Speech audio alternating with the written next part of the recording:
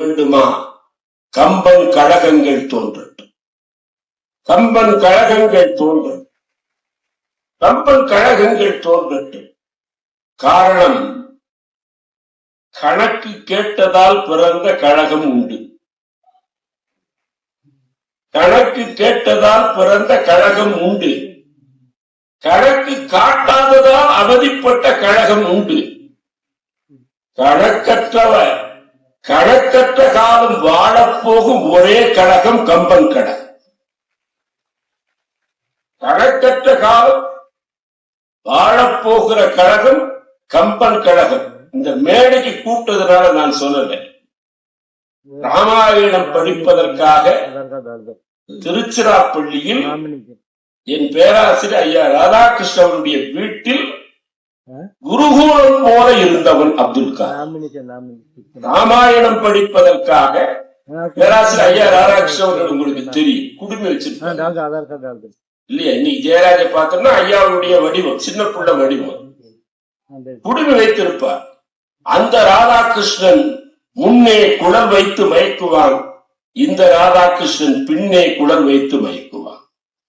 அண்ணாவே உட்கார்ந்த ஐயா ராதாகிருஷ்ணன் பேச்சுக்கு மதுரையில் கைதட்டக்கூடிய புகைப்படம் என்னிடத்தில் இருக்கிறது.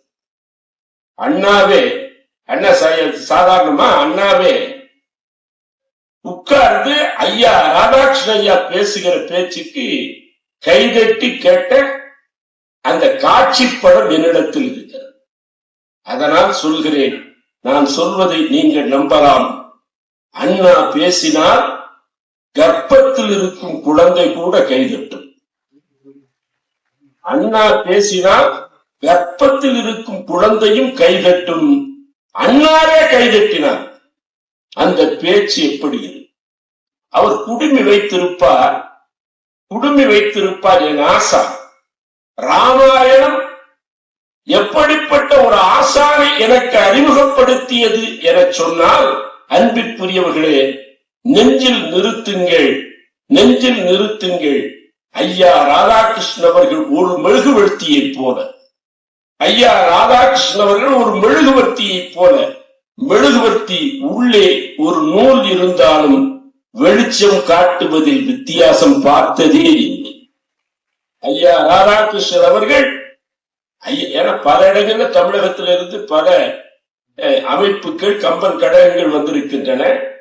ஒரு மெழுகுவர்த்தி உள்ளே நூல் இருந்தாலும் வெளிச்சம் காட்டுவதில் வித்தியாசம் காட்டியதே இல்லை. அதனால் தான் அப்துல் காதர் அந்த ராதாகிருஷ்ணன் பெயரை இன்றைக்கும் எந்த மேடையிலும் உச்சரிக்கிறது. கம்பனுக்கு நாம் ஒரு கடிதம் எழுதுவோம். ஒற்றை கருத்துக்காக வேண்டித்தான்.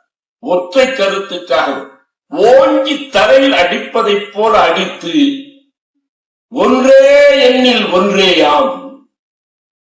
9வது நூற்றாண்டில் இந்த குரலுக்கு எங்காவது வேலை இருந்ததா?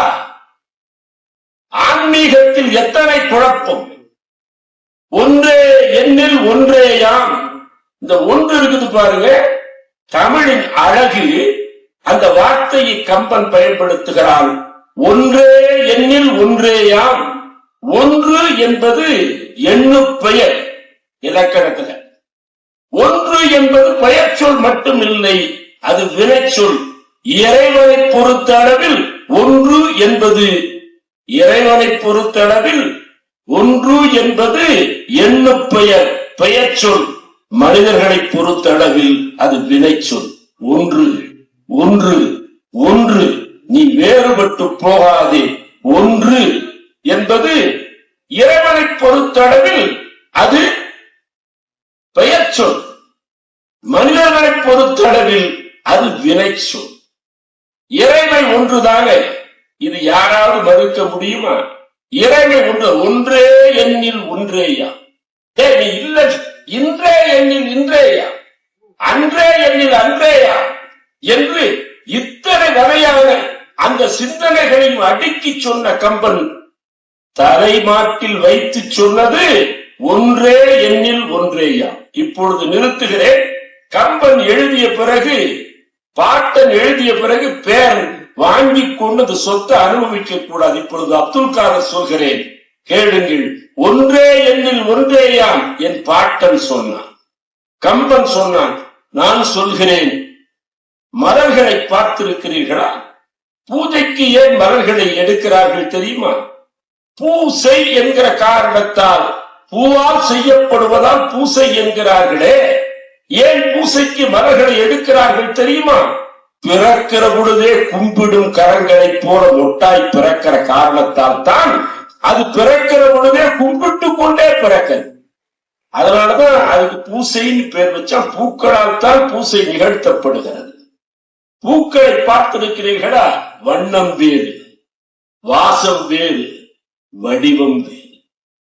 வண்ணம் வேறு, வாசம் வேறு, வடிவம் வேறு. ஆனால் எத்தனை மதங்கள், எத்தனை மார்க்கங்கள், எத்தனை இனங்கள் இல்லையா? எத்தனை இனங்கள். ராமன் என்ன செய்தான்? என்ன செய்தான்? அது ஒரு பாட்டு தான், ஒரு பாட்டு தான். நீங்க ரொம்ப கவனிக்கணும். ஒரு பாட்டு தான்.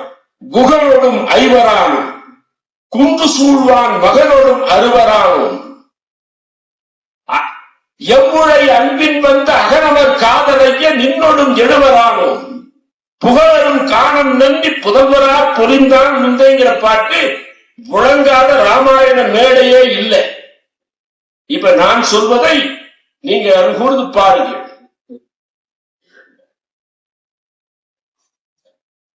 அன்பிற்குரியவர்களே, அதுதான் இப்ப கவனமா கேட்க வேண்டியது என்ன?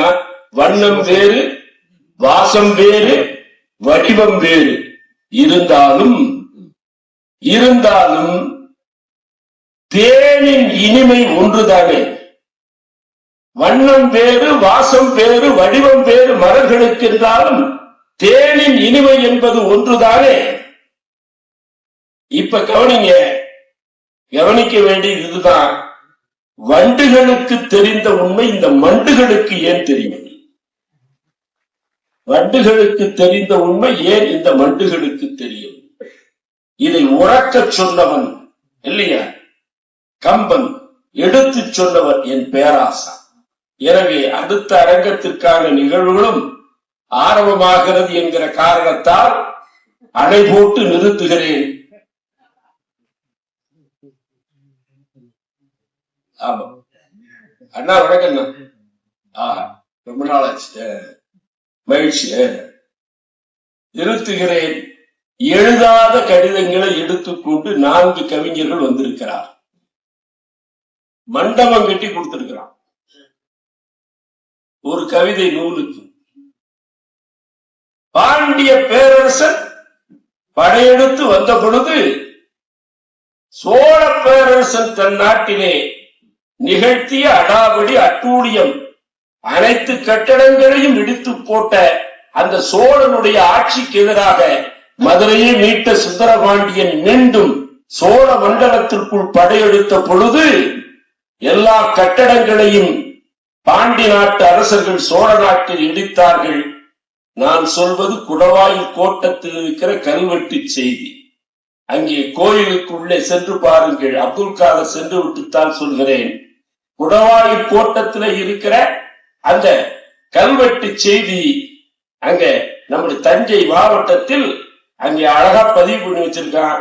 பாண்டி நாட்டு படைகள் சோழ நாட்டுக்குள்ளே போகிற பொழுது எல்லா கட்டடங்களையும் இடித்தன. ஆனால் இந்த சோழன் புலவனுக்கு கட்டி தந்த அந்த 16 கால் மண்டபத்தை இடிக்கவில்லை. அது தமிழ் புலவனுக்கு உரியது என்ற காரணத்தால் பகை அரசன் படையெடுத்து வந்தாலும் அந்த மண்டபம் தப்பித்தது. இதுதான் தமிழ் பாட்டிசைக்கும் தாமரையே என்று தாமரை தமிழ் பாட்டிசைக்கிறது என்று பாடியவன் கவி சக்கரவர்த்தி கம்பன் இல்லையா? எனவே தமிழ் பாட்டுக்கு தடை வருகிற பொழுது கம்பனை தூக்கி பிடிக்க வேண்டும். அந்த கம்பை தூக்கி பிடித்தால்தான் சில தடைகள் தாழும். உண்மை என்பது வாழ். இப்பொழுது கடிதங்கள் வருகின்றன. முதல் கடிதத்தை எடுத்துக்கொண்டு நம்முடைய சேதுராமலிங்கன் கைகேயி கூனிக்கு எழுதிய கடிதத்தை தூக்கி கொண்டு வருகிறார். ஐயா வாங்க, கொஞ்சம் விரைவாகவும் நான் இந்த நிகழ்ச்சி முடிக்கிறேன்.